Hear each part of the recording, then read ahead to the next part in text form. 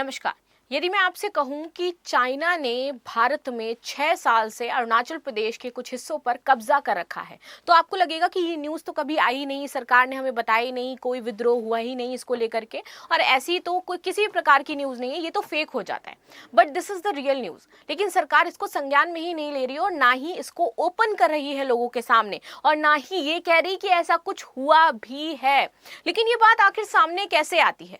कैसे वहां के विधानसभा के क्षेत्र के लोग सरकार को पीएलए लिख करके कहते हैं कि भैया इस मामले को आप देखें, क्योंकि अब हमें समस्या होने लगी है।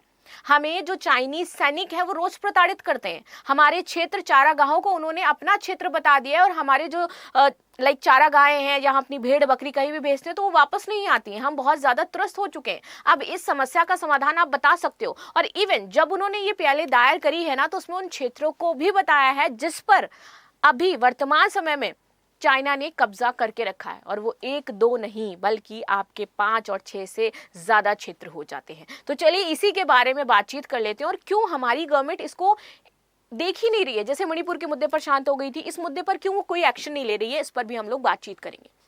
चलिए, एक तो हमें पता है कि भैया ये एक्साई चीन का हिस्सा है जिसको पहले कैप्चर कर लिया गया था। टोटल ये हमारी वेस्टर्न सेक्टर थी जो कि 1570 किलोमीटर की थी, ये इन्होंने कब्जाया यहाँ पर। ठीक है, फिर उसके बाद सेंट्रल सेक्टर हमारा इन्होंने कब्जा किया जो कि 545 किलोमीटर का था, ये भी इनके कब्जे में है, तब भी सरकार हमारी शांत रहती है। चलो इसके बाद आगे बढ़ते हैं। ये ईस्टर्न सेक्टर हो जाता है जो कि हमारा भूटान से रिलेटेड है, 1325 किलोमीटर का इन्होंने भी कब्जा करके रखा है उसको, पूरे ही भूटान को। अब अरुणाचल प्रदेश का एक छोटा सा सेक्टर है जहां पर ये क्या कर रहे हैं, अब उस क्षेत्र को कब्जा करने का ट्राई कर रहे हैं। अच्छा, ये कुछ पहली बार ऐसा नया नहीं हो रहा है जो उन्होंने किया है, क्योंकि पहले भी किया जा चुका है, आपको पता है। चलो अब आते हैं Arunachal civil society group PLA encroachment near Takshing reports. अब यहां पर वायर में ये खबर निकली है तो झूठी बिल्कुल भी नहीं हो सकती है, विश्वसनीय खबर है। आगे बढ़ते हैं। ये वो क्षेत्र हो जाता है, इधर अरुणाचल प्रदेश है, ये वो क्षेत्र जहां पर बातचीत हम लोग कर रहे थे। चलिए आगे आ जाते हैं। अगेन हमारी ये आपकी और एक नेशनल न्यूज़पेपर पर खबर निकली that Chinese army has encroach into Indian territory in Takshing Arunachal Pradesh. Society group ने बात बोली है। अभी कौन सी वेलफेयर सोसाइटी है जिसने कहा है, तो नाम हो जाता है ना वेलफेयर सोसाइटी। ये जिला प्रशासन को इन्होंने ज्ञापन सौंपा है और उसमें चीजें मेंशन करी हैं। अरुणाचल प्रदेश के अपर सुबनसिरी जिले की नाह जनजाति ने यह आरोप लगाया था। ठीक है, कहां की है, सीधा सीधा मेंशन है, अरुणाचल प्रदेश की हो जाती है, यानी कि इसमें भी कुछ गलत नहीं है। पिछले 6 वर्षों से चीन की पीपल्स लिबरेशन आर्मी भारत की सीमा के भीतर उनके पारंपरिक चारागाहों, शिकार क्षेत्रों और कृषि भूमि के बड़े हिस्सों पर कब्जा करके बैठी हुई है। 6 सालों से बैठी हुई है। क्या हमारी सरकार सो रही है पिछले 6 सालों से? उसको नहीं समझ में आ रहा है। Even this is the letter, ये आपको दिखेगा ना वेलफेयर सोसाइटी, जिस लेटर में बकायदा मेंशन है क्षेत्रों के नाम। ये 5 क्षेत्र आपके लिखे हुए हैं जिस पर चाइना ने प्रेजेंट समय पे कब्जा कर रखा है। ये लोगों ने हस्ताक्षर किए हैं और ये उनकी जो समस्याएं हैं वो बताई गई हैं। 2020 के बाद से कई पारंपरिक क्षेत्रों पर चीन ने नियंत्रण लिया है, और संगठन ने आरोप लगाया है कि पिछले 10 से 15 वर्षों में चीन ने क्या किया है, धीरे धीरे जो सीमा क्षेत्र हैं इस पर अपनी गतिविधियां बढ़ाई हैं, और अब वो पूरी तरीके से चीन के कब्जे में हो चुके हैं।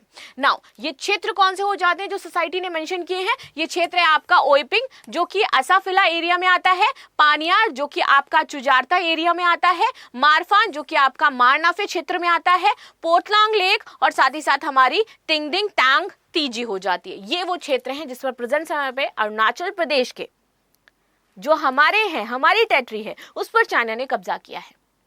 अब बताइए कि क्या ये जो बातें हैं, हम नेशंस जो हम अपने बहुत कहते हैं कि हमारी भारत माता की जय, और हम ऐसे काम कर रहे हैं, हम ऐसे कर रहे हैं, सिक्योरिटी फोर्सेस लगा रहे हैं, हम अपने जो बॉर्डर एरियाज है उनको बहुत ज़्यादा सिक्योर कर रहे हैं, विच इज़ गुड, सरकार काम कर रही है, हम मानते हैं। लेकिन ये जो चीज़ें हो रही है, ये जो एक्टिविटी हो रही है, ये हम भारतीयों को ऑफकोर्स पता होनी चाहिए थी, और सरकार को इसको संज्ञान में लेना चाहिए था और डट करके बोलना चाहिए था, भैया ये गलत है, आप पीछे हटो। क्यों हम यहाँ पर कोई एक्शन नहीं ले रहे हैं? क्या कारण हो जाते हैं आखिर कि इस पर इंडिया भिड़ नहीं पा रहा है, कह नहीं पा रहा है कुछ, ये भी समझेंगे। चलिए, इन क्षेत्रों को ताशकिंग रेवेन्यू सर्कल के अंतर्गत बताया गया है, तथा इसमें से कुछ स्थानीय जनजातियों के लिए धार्मिक और सांस्कृतिक महत्व भी बहुत रखते हैं।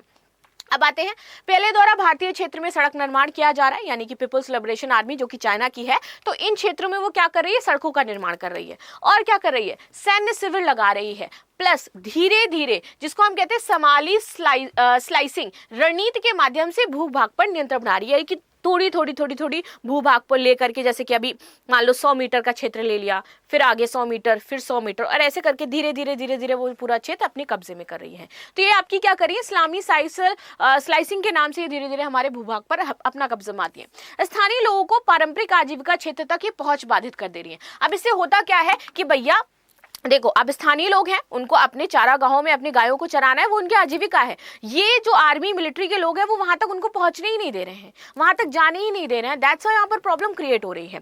अब देखो आगे आते हैं, स्थानीय प्रतिनिधियों ने क्या प्रतिक्रिया दी है। तो नाचो जो विधानसभा है, इस क्षेत्र के विधायक हैं नाकाप नालो, इनका बोलना है कि ये मामला राष्ट्रीय सुरक्षा से जुड़ा हुआ है। राष्ट्रीय सुरक्षा के लिए इंपॉर्टेंट है भैया, क्योंकि बॉर्डर इशू हो जाता है। कल को अगर इस क्षेत्र पर कब्जा वाकई चाइना के द्वारा जैसे कि किया गया है या फिर किया जा चुका है, क्योंकि आधिकारिक तौर पर उन्होंने कह दिया है कि अभी है कब्जा, आप आओ आकर के देखो कि क्या वहां पर चाइनीज जो गवर्नमेंट है कर रही है, क्या वहां पर सैनिक कर रहे हैं, तो बड़ा इशू हो जाता है।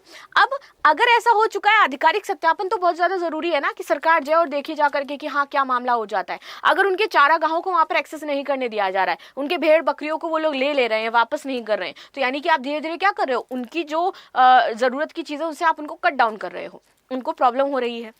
प्लस यदि आरोप सही है तो यह अत्यंत गंभीर विषय हो जाता है। सिर्फ ये कंडेम्ड करने देने से कि उन्होंने नाम चेंज किया है और हम इसको क्या कर रहे हैं, कंडेम्ड कर रहे हैं, हम इसकी विरोध कर रहे हैं। यार कैसे विरोध कर रहे हो, बैठे बैठे कह देते हो हम विरोध कर रहे हैं, सामने वाली गवर्नमेंट को फर्क ही नहीं पड़ रहा है आपके विरोध का। यानी कि अगर आप, जब बात होती है ना कि विरोध कर रहे हैं सिर्फ, तो गवर्नमेंट को लगता है कि हाँ ठीक है विरोध कर रहे हैं तो क्या हो गया, आपने कोई एक्शन लिया उसके लिए, उसके बाद आपने कोई एक्शन लिया, अभी आप क्या एक्शन ले रहे हो, अभी आपके पास ये खबर आई, आप इसको लेकर के क्या करोगे। अगर सरकार कोई एक्शन नहीं लेगी तो ऐसे तो पूरा अरुणाचल प्रदेश और इसके कुछ समय बाद हमें लगेगा कि पूरा नॉर्थ ईस्ट चाइना के कब्जे में हो चुका है। सिर्फ कंडेम करना कई बार जरूरी नहीं होता है, एक्शन लेना काफी ज्यादा जरूरी होता है। क्यों, क्योंकि ये देखो कंडेम्ड करते करते उसने क्या कर दिया है, सिर्फ आप बैठे बैठे कंडेम करते रहे। 2017 में पहली बार हुआ था जब अरुणाचल प्रदेश की 6 जगहों का नाम बदल करके उसने मानक सूची जारी कर दी थी, हमने कंडेम किया, हम शांत रहे। फिर उसकी कैसे हिम्मत हुई 2021 में फिर से वही काम करने की, 15 जगहों के नाम वो चेंज कर देता है। 2023 यहां पर भी चाइना नहीं रुकता है, तीसरी सूची में 11 स्थानों के नाम उसने रखे हैं। 2024 में 30 स्थानों के नाम बदले गए, जिसमें 11 आवासीय क्षेत्र थे, 12 पर्वत थे, 4 नदियां थी, एक झील थी, एक पर्वतीय दर्रा था। अब आप बताइए कि आपके कंडेम करने से क्या हो रहा है। साल दर साल जो चीन है उसको अरुणाचल प्रदेश चाहिए, उसके लिए वो स्ट्रैटेजी बना रहा है, उसके लिए वो नाम चेंज कर रहा है और वो अपनी मानक श्रेणी लेकर के आ रहा है, मानक सूची वहां पर लागू कर रहा है। आप इसको लेकर के कोई एक्शन क्यों नहीं ले रहे हो।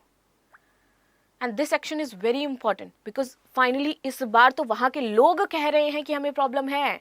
भारत का रुख क्या है, तो भारत चीन की इस कार्रवाई का कड़ा विरोध कर पाता है खाली बस, और कह देता है कि भैया अभिन्न अंग है हमारा, भारत का अभिन्न राज्य हो जाता है, केवल नाम बदलने से वास्तविक की स्थिति नहीं बदल जाती है। लेकिन अगर वो आपके अरुणाचल प्रदेश के उन क्षेत्रों में घुस चुका है तो अब आपको भी कुछ एक्शन लेना चाहिए, सिर्फ कंडेम करने से नहीं होता है। भारत चीन सीमा विवाद के संदर्भ में अगर हम बात करें तो वास्तविक नियंत्रण रेखा LAC पर चीन की जो गतिविधियां हैं वो लगातार बढ़ती रहती हैं। सीमा क्षेत्र में ग्रे जोन रणनीति का संभावित प्रयोग अब चाइना करता है। ये ग्रे जोन रणनीति क्या हो जाती है उस पर भी हम लोग बातचीत करेंगे। स्थानीय जनजातियों में पारंपरिक अधिकारों एवं आजीविका का प्रभाव पड़ रहा है और सीमा प्रबंधन तथा सीमा अवसंरचना की आवश्यकता अब बढ़ चुकी है, जो इंडिया को करना पड़ेगा अरुणाचल प्रदेश में। अब ये ग्रे जोन रणनीति जिसके बारे में बात कर रही हूं, ग्रे जोन एक ऐसा जोन होता है जहां पर व्हाइट जोन और या ब्लैक जोन, व्हाइट जोन मतलब शांति वाली स्थिति है, वहां पर कोई क्लैशेस नहीं हो रहा है। ब्लैक जोन वो जोन होता है जहां पर अब दोनों देशों के बीच में युद्ध होगा ही होगा, ये फिक्स है कि युद्ध वाली स्थिति है। उसी के बीच में एक धुंधला सा पार्ट कहलाता है ग्रे जोन, ना तो पूरी तरीके से व्हाइट है और ना ही ऐसी स्थिति अभी तक उत्पन्न हो पाई है कि युद्ध किया जाए। तो इंडिया इसीलिए डायरेक्ट अभी उसमें क्या इंटरवेन नहीं कर पा रहा है। इंडिया जो हमारी जो गवर्नमेंट है ना वो युद्ध की स्थिति में नहीं जा पा रही, वो सिर्फ कंडेम्ड करती है, वो कुछ करते हम कंडेम्ड करते, that's it, that is called the grey zone. अब ग्रे जोन में ये करते क्या है, जब किसी भी ये चीज को ले लेते हैं ऐसे में कूटनीतिक और सैन्य चाल होती है। ये नीति ये ताइवान के साथ दक्षिण चीनी सागर के कई देशों में अपनाता रहता है। इसके तहत चीन ऐसी आक्रामक हरकतें करता है जो सीधे तौर पर युद्ध की श्रेणी में नहीं आती है, लेकिन धीरे धीरे इतनी गंभीर हो जाती है कि उस नेशन की जो संप्रभुता है उसको समाप्त कर देती है। अब ये देखो, ये क्या होता है, ग्रे जोन हो जाता है। इसमें क्या करते हैं, अपनी पॉलिटिक्स का नैरेटिव स्ट्रॉन्ग करते हैं उस जोन में, यानी कि वो बताएंगे कि आपसे ज्यादा, यानी कि इंडिया से ज्यादा आपके लिए चाइना इंपॉर्टेंट हो जाता है। धीरे धीरे स्थानीय लोगों को अपने झांसे में लेंगे, दंगे वंगे फैलाने का ट्राई करेंगे। साथ ही साथ वहां पर जो टेम्पल्स हो जाते हैं या फिर जुडिक्शन हो जाता है, एडमिनिस्ट्रेटिव हो जाता है, वो इंक्रोचमेंट लॉ कैपेबिलिटी, ये सारे अपने अंडर में लेते हैं। यानी कि धीरे धीरे वहां पर इंक्रोचमेंट करना, वहां के लोगों को उनकी आधारभूत जो आवश्यकता है उससे कट करवा देना, वहां तक चीजें ना पहुंच पाना, जिससे कि वो उस पर डिपेंडेंट हो जाएं, उस पर्टिकुलर नेशन पर डिपेंडेंट हो जाएं। जैसे कि वो ताइवान के साथ क्या कर रहा है, यही सेम काम कर रहा है कि उसकी जितनी भी आवश्यकताएं वो बाहर देश से उसे कट कर दो और फिर उसके बाद तो उसको मेरे पास आना ही पड़ेगा। तो यही स्ट्रैटेजी वो इसके साथ अपनाना चाह रहा है और अरुणाचल प्रदेश के लोगों के साथ वो करना चाह रहा है। देखो, तास्किंग क्षेत्र हमारे लिए संवेदनशील है क्योंकि हमारा सीमावर्ती क्षेत्र हो जाता है, भारत चीन सीमा के निकट स्थित है। सीमा निगरानी और सैन्य तैनाती की दृष्टि से महत्वपूर्ण उपलब्धि है। भारत के लिए प्रमुख चुनौतियां ये है कि स्थानीय आबादी का अब उसको विश्वास बढ़ाना होगा कि अगर इंडिया ने एक्शन नहीं लिया, उनकी आवाज नहीं सुनी, तो वो क्या करेंगे, विद्रोह करेंगे। भैया जब हमारे देश में सुना ही नहीं जा रहा है हमारा, तो इससे अच्छा तो है कि हम सामने वाली गवर्नमेंट के पास चले जाएं। तो अब विश्वास बनाए रखना जरूरी है। सीमा और संरचना को तेज करना है, पारंपरिक जनजातीय अधिकारियों की सुरक्षा, किसी भी कथित अतिक्रमण की समयबद्ध और तथ्यात्मक जांच करनी है और चीन की क्रमिक सीमा विस्तार रणनीति का जो प्रभावी प्रतिरोध है एक तरीके से हमें करना होगा, तब हम इन सारी चीजों को बेटर कर पाएंगे। ठीक है, अच्छा, इसी के बीच जो ये नाम चेंज करने का प्रोसेस चल रहा था, तो आपको याद होगा कुछ समय पहले ही यहाँ पर एक कांग्रेचुलेशन दिया गया था हमारी जो गवर्नमेंट है उसके द्वारा, क्योंकि यहाँ पे इन्होंने एक चोटी फतेह करी थी। Ranveer Jaiswal, led by director Ranveer Jaiswal, they have successfully submitted an untamed peak of the Gorichen massif of Mon Tawang region of Arunachal Pradesh reaching on the impression 6383। इस तरीके से तो चीनी विदेश मंत्रालय के प्रवक्ता है लिन जियान, इन्होंने अरुणाचल प्रदेश में एक चोटी का नाम छठे दलाई लामा के नाम पर रखने पर नाराजगी जताई थी, क्योंकि हमने वहां पर जो चीन है वो चीन अरुणाचल प्रदेश को दक्षिण तिब्बत का हिस्सा मानता है कि ये हमारा क्षेत्र हो जाता है। तो इनका कहना है जिसे वह जन्नांग कहता है, और हम उसको क्या कहते हैं भैया, हम दलाई लामा के नाम पर उस चोटी का नाम लेते हैं। तो ऐसे ये कहते हैं कि भैया आप उसको ये नाम नहीं दे सकते हो, ये पूरी तरीके से गलत हो जाता है, और आपका ये जो क्षेत्र है अरुणाचल प्रदेश वो हमारे दक्षिण तिब्बत का हिस्सा है, वो आपका हिस्सा नहीं हो जाता है। अब आते हैं, ये जो विवाद है ये शुरू कहाँ से हुआ कि भैया आपका हिस्सा है, मेरा हिस्सा है, अरुणाचल प्रदेश यहाँ का पार्ट होना चाहिए। सो 1914 में एक मैकमोहन लाइन की डील फाइनलाइज हुई थी, और ये जो डील फाइनलाइज हुई थी ये हुई थी हमारे भारत और तत्कालीन जो तिब्बत था उसके बीच में। तिब्बत को चाइना मानता ही नहीं है, तो वो कहता है कि अगर आपने तिब्बत के साथ कोई डील फाइनलाइज करी है, इट मींस वो नेशंस तो है ही नहीं, नेशन तो उसके ओनर मैं हूं, तो मेरे साथ आपकी कोई डील फाइनल हुई नहीं, तो हमने आपको वो क्षेत्र दिया नहीं है, तो हमारी आपकी कोई भी बातचीत नहीं हुई है। लाइन ऑफ एक्चुअल कंट्रोल ये हो जाती है, ये वाला क्षेत्र हो जाता है, ये वेस्टर्न सेक्टर है, मैकमोहन लाइन है, सेंट्रल सेक्टर हो जाता है। ये तो वैसे ही 1993 में आधिकारिक तौर पर LAC को बॉर्डर मानने पर ये राजी हुए थे। तो इस तरीके का मामला हमारा चलता हुआ अभी तक आ रहा था। ठीक है, और ये हमारा कुछ तिब्बत ऑटोनोमस जो रीजन्स हैं वो मैप में दिखाए गए हैं, दैट इज चामदो, नेचेंग, लासा, सानमान, निंगस्टिंग एंड नागचू। ये क्षेत्र हैं जो कहते हैं कि हम पूरी तरीके से ऑटोनोमस हैं और हम पर किसी का भी अधिकार नहीं हो जाता है। तो फाइनली अब ये ज़रूरत है भारत को कि वो देखे, चीज़ों को समझे, और ये कितना गंभीर मुद्दा है शायद अभी हम और आप नहीं समझ पा रहे हैं, लेकिन धीरे धीरे करके एक दिन अरुणाचल प्रदेश हमारे हाथ से छूट जाए, इससे बेहतर है कि इससे पहले ही इंडिया कुछ एक्शंस ले ले। So this is the news what we discuss. मिलते हैं नेक्स्ट क्लास में, तब तक के लिए धन्यवाद। लाइक शेयर सब्सक्राइब करना बिल्कुल भी ना भूलें, and thank you so much.